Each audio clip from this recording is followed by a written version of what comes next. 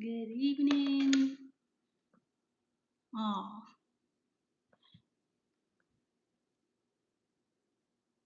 gonna check my sound in just a moment.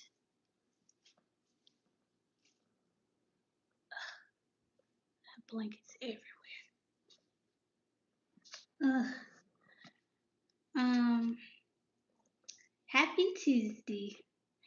I am sorry, y'all. I don't know why I have so many blankets just everywhere. Um, Tonight I am going to pick up where I left off from last week. Didn't think it was going to be a whole long Gideon thing, Gideon study, but as I was reading through as I was reading through Judges 6, which is where I have been reading from, I realized that, for me, I need to take my time reading this because putting it all together, I was like, this is one of the passages where I would like to just kind of slowly get through it.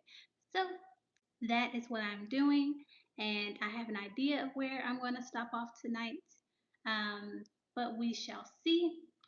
Uh, Nothing to something is my individual, no, just putting that out there, individual personal Bible study series that I've been doing from home as I study. Um, I just I'm enjoying it, and it's doing what God sent it forth to do.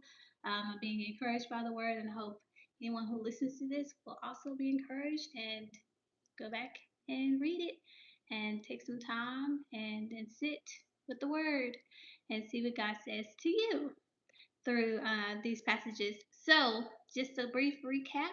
Oh, by the way, I'm Dominique.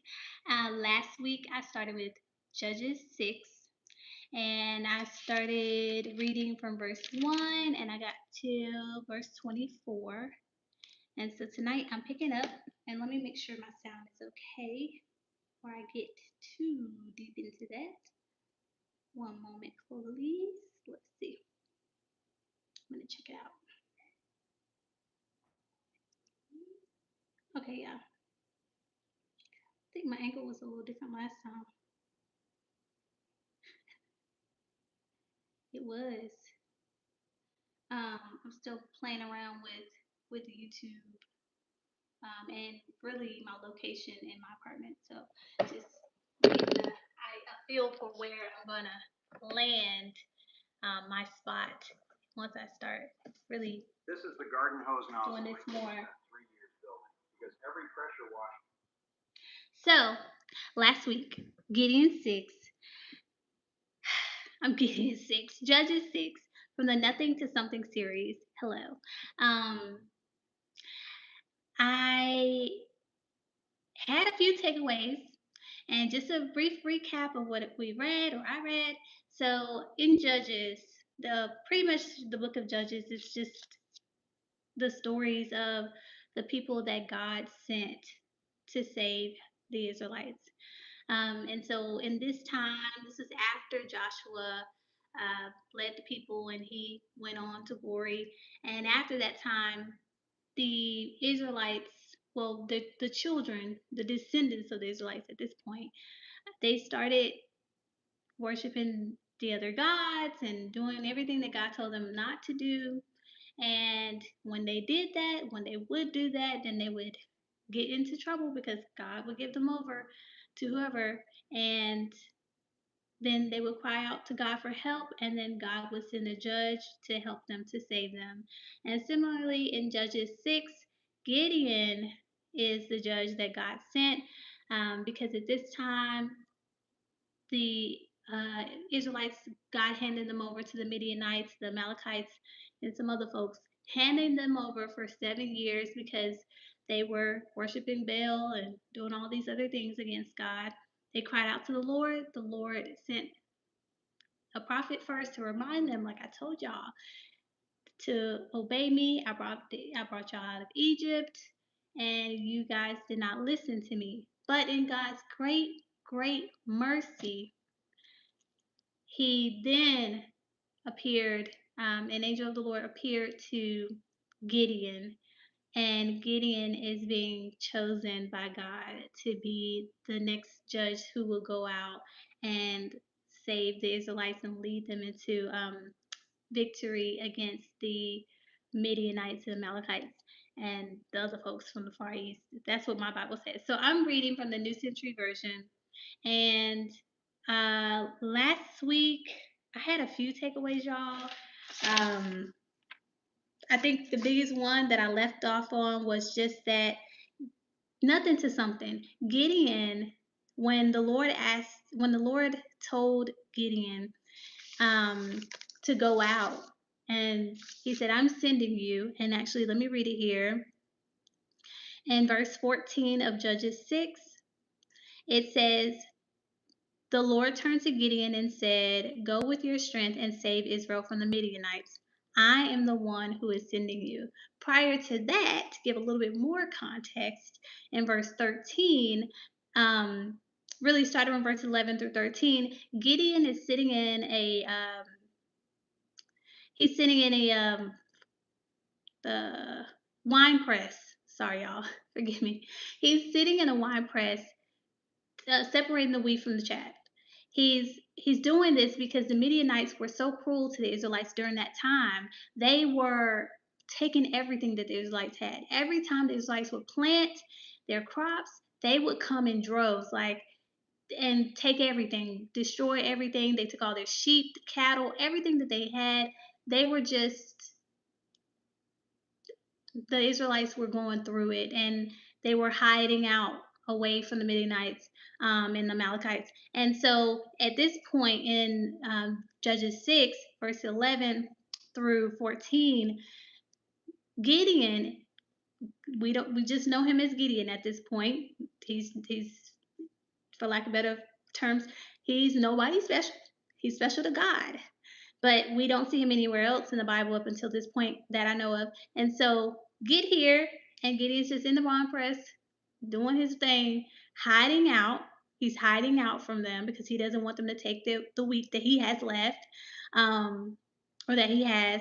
And the angel of the Lord appeared to Gideon and said, this is in verse 12, the angel of the Lord appeared to Gideon and said, the Lord is with you, mighty warrior. And then in 13, Gideon said, sir, if the Lord is with us, why are we having so much trouble? Who's asked that before? Lord, why am I having so much trouble? He says, where are the miracles our ancestors told us he did when the Lord brought them out of Egypt? But now he has left us and has handed us over to the Midianites. The Lord turned to Gideon and said in verse 14, go with your strength and save Israel from the Midianites. I am the one who is sending you.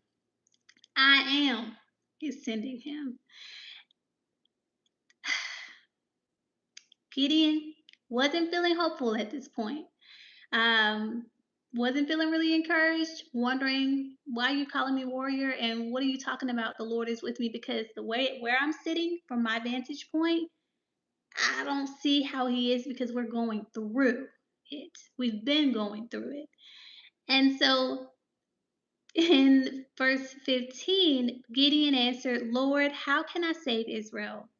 My family group is the weakest in Manasseh, and I am the least important member in my family. That right there is to me one of the highlights of this, um, one of the highlights of this passage for me, because Gideon, God, the angel of the Lord, it's the Lord speaking, okay, and he's telling Gideon, I'm choosing you.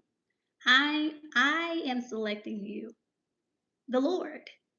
I'm sending you to go save Israel. And the first thing that Gideon is thinking is, well, how can I save Israel? Hold on, I know we need somebody to save us. How can I save Israel? Because I mean, not only am I the like, and not only is my family the least in our tribe, like this, like let's say there's a classroom, and it's, I don't know, then you have a class of like 30 folks, and in that whole class, like Gideon saying, I'm the least important in this class. Like I'm the least. How about this class is the least important? I hate to say school like that, and let me not, because children, we don't. I don't want to compare children to being the least of these. Sorry. There's a better example out there, y'all. Let's recant that one. But he's essentially saying he's the least of the least, the least of the least. So how can he of all people go and save Israel? I love that point because it's very relatable. Too many times in my life, I'm thinking, Lord, I don't know why you would want me to go out and do something like this. Like, I don't feel qualified. I don't feel equipped. I don't have the education, the money. I don't know anybody. And, I can go down the list, of all the reasons why I don't know why God would choose me. And so from this verse, I can understand, I can see where Gideon's coming from here. And the Lord answered him in verse 16. I will be with you. And the Lord answered him, I will be with you. It will seem as if the Midianites you are fighting are only one man. I will be with you. That's it. That's it. So really it doesn't have anything to do with Gideon and what he has going on, where he stands in his family lineage, and you know, it does not it just doesn't matter. The only thing that matters is God is sending him. God. When God is sending me, it don't matter who see or who ask about it, who you sending Gideon, it does not matter because God is sending him. And then the Lord is saying, I am going to be with you. So you don't have to go out. I'm not sending you out here by yourself. I'm not asking you or calling you to this work or to this job or to whatever without, you know, being with you in it. Like, what do you mean? So that right there definitely settled on me last week. And really the one of the main reasons why this is one of the passages that fell into this Bible study series for me. It fits so perfectly. And so that is where I went last week. And Gideon left and asked the Lord to stay right there, stay right there. I just want to please, I just want to know that it is you, the Lord, who's speaking to me. You went, got a meal, made a meal. It became a sacrifice for the Lord. Um, he If you go and read it for yourself, please do read it for yourself because I don't want to read the whole thing over. But we know that it was the Lord who was speaking to Gideon, and he was shown like, oh my goodness, it's the Lord. And so that's when we started off in verse 20, left off in verse 24 of Judges 6. And so now we know that the Lord called Gideon, and he's now been chosen by the Lord as a judge to save Israel from the Midianites and all those folks. And now, the next day, the same night, starting with 25. This is where I'm going to start reading from, guys. And I think I'm going to go through to verse 40. Yes, and we'll see from there. Okay, so verse 25 says, in the New Century Version, it says, that same night, the Lord said to Gideon, take the bull that belongs to your father and I'm sorry, y'all. That same night, the Lord said to Gideon, take the bull that belongs to your father and a second bull, 7 years old. Pull down your father's altar to Baal and cut down the Asherah idol beside it. Then build an altar to the Lord your God with its stones in the right order on this high ground. Kill and burn a second bull on this altar using the wood from the Asherah idol. So Gideon got 10 of his servants and did what the Lord had told him to do. But Gideon was afraid. He was afraid that his family and the men of the city might see him, So he did it at night, not in the daytime. That's verse 27. 28 says, when the men of the city got up the next morning, they saw that the altar for Baal had been destroyed, and that the Asherah idol beside it had been cut down. They also saw the altar Gideon had built and the second bull that had been sacrificed on it. The men of the city asked each other, who did this? After they asked many questions, someone told them, Gideon, son of Joash, did this. So they said to Joash, bring your son out. He has pulled down the altar of Baal and cut down the Asherah idol beside it. He must die. Verse 31 says, but Joash said to the angry crowd, this is Gideon's dad. Joash said to the angry crowd around him, are you going to take Baal's side? Are you going to defend him? Anyone who takes Baal's side will be killed by morning. If Baal is a god, let him fight for. I hope I'm still going, y'all. Um, if Baal is a god, let him fight for himself. It's his altar that has been pulled down. So on that day, Gideon got the name Jerubbaal, which means let Baal fight against him, because Gideon pulled down Baal's altar. Verse 25 through verse 32 is what I just read. I'm going to check my sound in just a second too, because I had a little notification there. Let me see real quick. Okay. So at this time, the Israelites, the folks, they just worshiping other gods. They got other altars up in the land. Come on now. One of those gods, excuse me, small g, lowercase g, these aren't real gods. Obviously, there is only one true God. One God. And they were worshiping these false gods, Baal, and then an idol, Asherah. So they were worshiping the gods, the idols of the people who had originally lived in those lands, in the land. And so the first task, duty, call, command that the Lord gave Gideon, go out there and pull down that altar.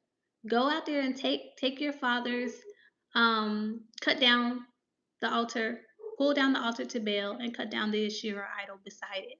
So this was his dad. Like, this is so interesting. This is Gideon's father who has this altar up. It speaks to how commonplace. This is they're from the tribe of Manasseh. This is the tribe. These are from the people of Israel. These are God's chosen people. And it's so commonplace to have these altars and Baal, and idols, like, and it sounds like, as I'm reading it, it sounds like, oh my goodness, how could they?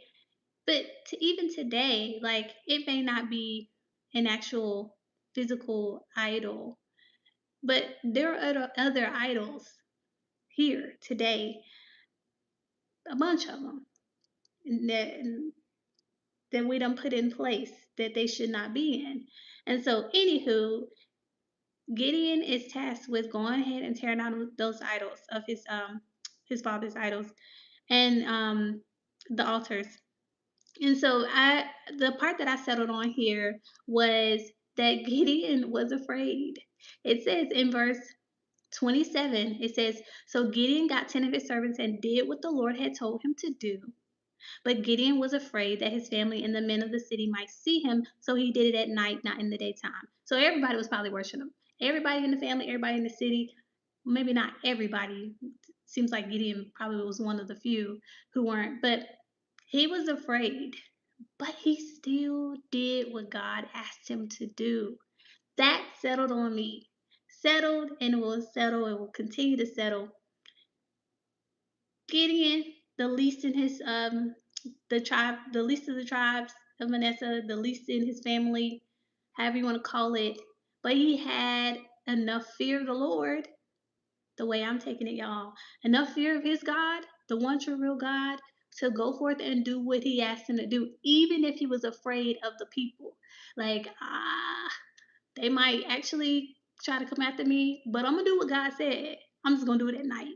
And so I appreciated that Gideon still did what God asked. He did it in a different kind of way, but he still did it because the Lord is the first, like, the Lord is here, and fear of people is nowhere. Because at this point, I can be afraid of people, but should I be more afraid of people or the Lord? Right. That was my takeaway. Yes. And so Gideon went forth and did what the Lord asked him to do. He tore down the altar to Baal and the sheer idol. The folks came out there the next day mad because um then he built an altar to the Lord in its place. And so they see their altar crash down, destroyed, and then the Lord's altar up, and they're wondering who did it. Okay, and okay, I don't want to sit here too long, but Joash, Gideon's father, comes out, and I mean, the way I took it, he's defending him. And it's so interesting to see because it was his altar as well. And so, even though it was his altar that was not an altar of the Lord, he still said, well, hold on. Y'all trying to kill him, but isn't Baal like a god? Like, doesn't he have some kind of powers or authority? Like, if he is a god, then let him defend himself. Let him defend himself. Let him go forth and kill or do whatever he needs to do to the person that destroyed the idol. Let him do it. God was in the midst. God was in the midst. Uh, yeah. Number one, he's protecting Gideon. Gideon, I'm not sure what he thought was going to happen afterwards, but nothing because God is on his side. But here we see God is on his side, and it's just so interesting, y'all, how can use, God can use anybody, even Joash, who was not walking right, like he worshiping other gods, but they're not gonna kill Gideon. Anyways, y'all, that was my takeaway. I'm just like, wow, look at this. And of course, we know that Baal isn't a real God. So nothing's going to happen to Gideon because one, God is for him, but two, because Baal ain't real. It's not gonna it's not gonna do anything. It's nothing. It's like anyway. Moving on, that was verse 25 through 32. Um and so now Gideon has been given a different name, Jerubbaal, which is the name for, it says the name means let Baal fight against him. So he's gotten this new name now, y'all. Moving into verse 33, it says, the Amalekites, and the other peoples from the east joined together and came across the Jordan River and camped in the valley of Jezreel. Verse 34 says, but the Spirit of the Lord entered Gideon, and he blew a trumpet to call the Abiezrites to follow him. He sent messengers to all of Manasseh, his tribe, and calling them to follow him. He also sent messengers to the people of Asher, Zebulun, and Naphtali. So they also went up to meet Gideon and his men. Verse 36 says, then Gideon said to God, hold on, let's go back. Gideon was sitting in the winepress, minding his business, hiding out. And now he has torn down altars by the grace of the Lord. He done what the Lord said. And now he has been filled with the Spirit of the Lord. And this is verse 34. But the Spirit of the Lord entered Gideon. So these people are coming into the land. They're coming into the land. And Gideon is filled with the Spirit of the Lord to the point where he's now we're seeing a little bit of the boldness. And of course, it's through the Spirit of God. Gideon asked God, how am I going to be the one to save Israel? The Lord said, I will be with you. This is how we're seeing it. Like this is what it is. I will be with you. Like this is one of the ways that God is with him. He's putting his spirit inside of him. And with his spirit working on the inside of him, Gideon, the little old Gideon, has now called out to his tribe and the other tribes of Israel. Not all of them, just looks like three more tribes of Israel. And not just any tribes, y'all. The people that he calling out to, these tribes, Asher, Zebulun, and Naphtali, in the chapters prior to this one, they were the ones who went out to go fight before. So the tribes that he's calling are the ones that's about it. He's not calling out to just anybody. They coming. And I just love this, y'all. The courage, the Spirit of the Lord gives us what we need. And I'm saying this out loud because I need to hear it for myself. We have everything that we need through God's Spirit on the inside of us. Gideon was just a regular person. And now he's so emboldened by the Spirit of the Lord that he is now calling out to the other tribes. And guess who they did? They came. They came. He said, my family's tribe. He said, my family is the least in the tribe of Manasseh, and I am the least of my family. However, these other tribes who ain't the least came out. These are the tribes who were just fighting and they were in battle and they were winning. So it seems like if you didn't know Gideon before, like you maybe not even knew him. Like who is Gideon? You don't see this here, y'all. But the way I'm thinking, I'm just like, this is so amazing. It is so amazing how God is using Gideon. Oh, bold. He's courageous, stepping forth, calling the people out. Come on, let's go. Getting ready for battle. That's the Spirit of the Lord. And so in verse 36, it says, Then Gideon said to God, after the tribes that he called out came to meet him, then Gideon said to God, You said, you said, you said you would help me save Israel. I will put some wool on the threshing floor. If there is dew only on the wool, but all the ground is dry, then I will know that you will use me to save Israel, as you said. Verse 38 says, And that is just what happened. When Gideon got up early the next morning and squeezed the wool, he got a full bowl of water from it. Then Gideon said to God, Don't be angry with me if I ask just one more thing. Please let me make one more test. Let only the wool be dry while the ground around it gets wet with dew. That night, in verse 40, that night God did that very thing. Just the wool was dry, but the ground around it was wet with dew.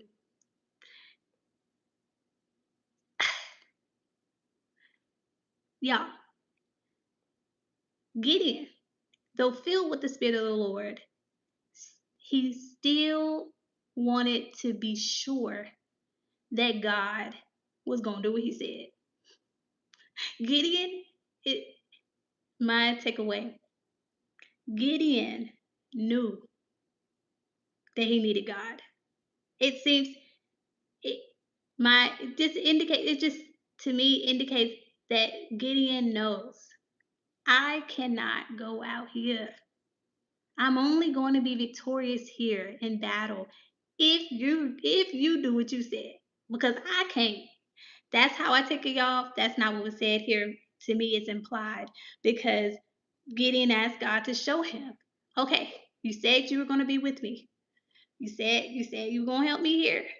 So please, just to make sure that I'm hearing you right and you're gonna do what you said. Please show me this and please show me this sign by wetting the wool or the dew and this right here.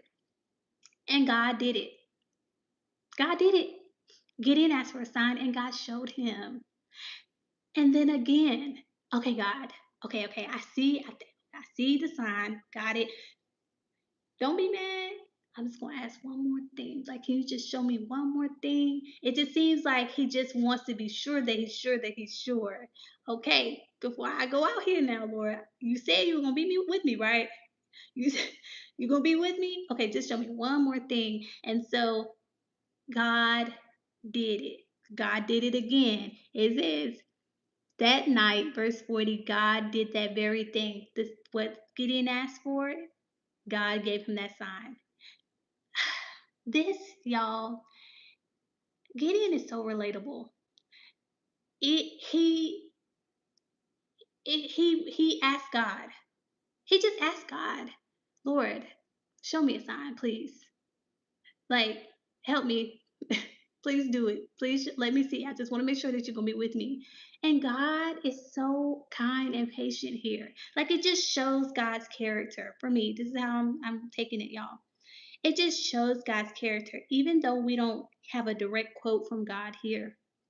It just says that God did what he said. God did what Gideon asked. He did that very same thing. And then verse 38, it says, and that is just what happened.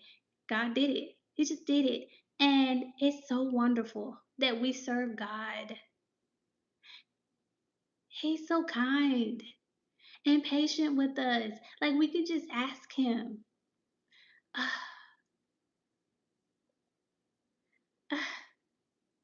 So good. This is so good. He was there with Gideon. I will be with you. And this is another example. I will be with you.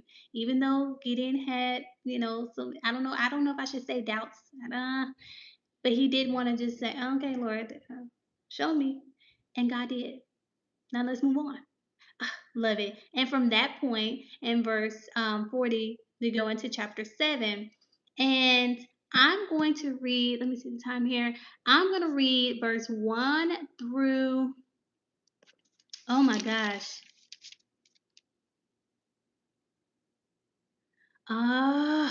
There's so much more here to read. Ah, I just, man. Okay, so this is what I'm going to do. I'm going to read it, but I'm not going to like delve into it because I actually want to read it again in my own time to get some more side notes. But I don't want to leave the story here because I just feel like we can get a little bit more context here. And it's almost finished too. Verse 7. I'm going to read it. Let's go for it. So chapter 7, verse 1, it says, early in the morning, Jerubbaal, also called Gideon, and all his men set up their camp at the spring of Harod. The Midianites were camped north of them in the valley at the bottom of the hill called Moreh. Then the Lord said to Gideon, you have too many men to defeat the Midianites. I don't want the Israelites to brag that they saved themselves. So now announce to the people, anyone who is afraid may leave Mount Gilead and go back home. So 22,000 men returned home. But 10,000 remained. Verse 4 says, then the Lord said to Gideon, there are still too many men.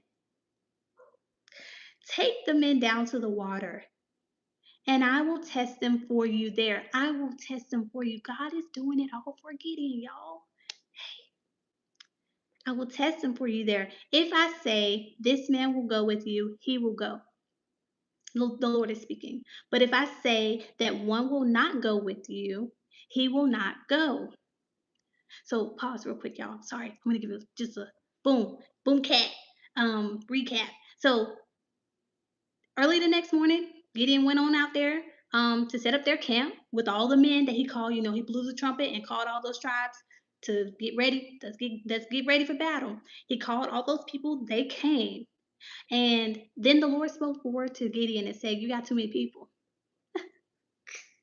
You got too many people. Can you imagine what what is Gideon thinking right now? Like, good gracious, what you talking about too many people? These folks just came, the Amalekites, they done came out here and came together, and now we got too many people. What? But anyways, you have too many people. So the Lord is saying, you have too many people because to defeat the Midianites. I don't want the Israelites to brag. He did not want the Israelites to be full of pride. We did this. Oh, I did that. But it's the Lord. And so God wants to get all the glory, the honor, and praise out of this. In the way that He wants to do it. And the way that He's doing that, He's cutting people out. He's making cuts. Because we see here that God don't need anything. Nothing to something, y'all. He doesn't need anything. This is so good. This is great. Okay. And so he told Gideon, anyone who's afraid, let them know. Anybody who's afraid, y'all can go. So a few y'all might be out here. Y'all probably don't even want to be out here because y'all scared. I mean, this ain't no draft. Y'all are free to leave. So Gideon announced to the people, whoever's afraid, y'all, this is your chance. You can leave. How about 22,000 people left? 22,000 people were afraid and got up out of there. They didn't need to be there anyway. So the Lord was already working. Listen, God will do it. He gonna separate. Hey, okay. And then there were 10,000 left. But even the 10,000, the Lord said, there's still too many men. What you doing, God? What are you doing here? This is what's happening. Verse 4, then the Lord said, there are too many people here. Take the men down to the water. I will test them for you there. Thank you, Lord. I will test them for you there. Gideon only had to do what the Lord asked him to do. God is doing all the legwork. He just had to be obedient.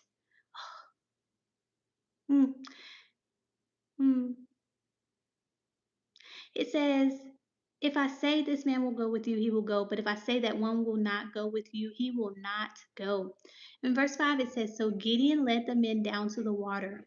There the Lord said to him, separate them into those who drink water by lapping it up like a dog. Okay? And those who bend down to drink.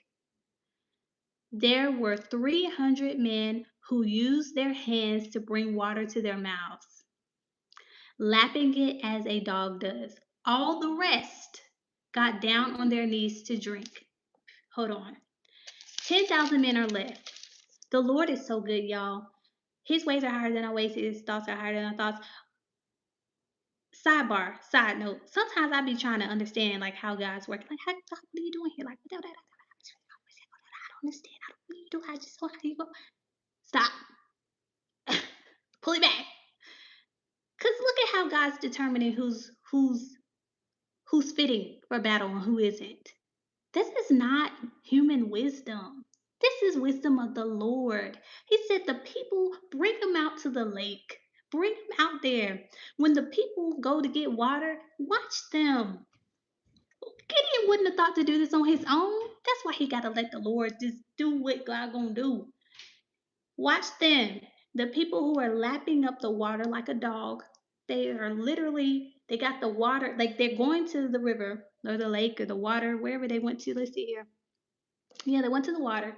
And these 300 men, the 300 men that the Lord is saying, them the ones, they went down to the water and got down with their, like, scooped the water up in their hand and they're lapping it like a dog, right? Lapping it. The other, how many people, y'all?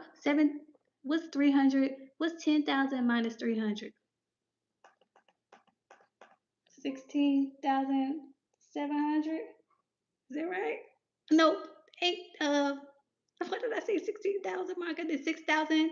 Is it 6,700? 6,700? I don't know, y'all. Somebody do some math. I don't multitask well. But anyway, the other few thousand people went down to the water with their head down, like they got down on their knees and went into the water to drink the water like that. They're not even looking around. They're not looking around. They so busy in the water. They can't see who's here, who's there. The enemy can come up on behind them on their backs. They wouldn't know because they're on their knees with their head face down into the water. In In verse 6, it says, there were 300 men who would use their hands to bring the water up to their mouths, so they're able to still look around and see what's going on. They're awake. And then all the rest got down on their knees to drink. They all got to go. In verse 7, it says, Then the Lord said to Gideon, using the 300 men who lapped the water, I will save you and hand Midian over to you. Let all the others go home. 300 men is what God will use to save the Israelites. 300 men. It says, so Gideon sent the rest of Israel to their homes. But he kept 300 men and took the jars and the trumpets of those who left. Now, the camp of Midian, because they came out there, they camped in the valley. It says, now the camp of Midian was in the valley below Gideon. They're camped, their adversaries are camped out right there below them. So they're not far apart. They're really getting ready for battle right now. So they were camped out in the valley below Gideon. Verse 9 says, that night the Lord said to Gideon, get up, go down and attack the camp of the Midianites, because I will give them to you. But if you are afraid to go down, take your servant Purah with you. When you come to the camp of Midian, you will hear what they are saying. Then you will not be afraid to attack the camp. I'm going to stop right there, y'all, because I can really keep going, but I'm not going to because I read a little bit too far anyway. So right where I'm landing right now, 300. And we'll see in the next chapter, the next few verses, how many people were against them. It was a lot more than 300. But God can do anything. God is so good. And this is what I need, y'all. I need to keep reading these passages. I need to keep reading these scriptures because I need it. I need it. God is good. So the next few verses I'll read, starting with verses 12. I'll start with verse 12, God willing, next Tuesday. If anything changes, then that'll be that. But that's where I'll pick up. Please go and read it for yourself. Read the whole thing if you want. You don't have to wait. You don't have to wait till I read it. Read it, settle on it, see what God is saying to you. Like, it's sometimes when you get in your own space, quiet, and it's just you, it's just sometimes it's different. Like you're hearing something, sounds like sometimes it's like the first time you're hearing something, the first time you're reading something, you're seeing things that you didn't hear or see before. So if you're led, take some time to read Judges 6, 7, 8, however you led. But I also settled on this last part here, y'all, where it says, when God said, if you are afraid, take your servant with you. God is so good. He knows us, y'all. He knows us. He knew Gideon. He knew Gideon was still afraid. Deep in there was still some fear. But he was patient. He's still going to use Gideon like he said. If you're afraid, bring your friend with you. Oh, God. This is the Lord. This is our God. Merciful, kind, patient, loving. Um, he understands us. He knows us. He's with us. Yeah, y'all, coming back to this, God willing. And I thank you for staying on, listening tonight. And I don't know how to see the comments back, so thank you, anyone who is on there, and God bless you. And have a great night. Bye.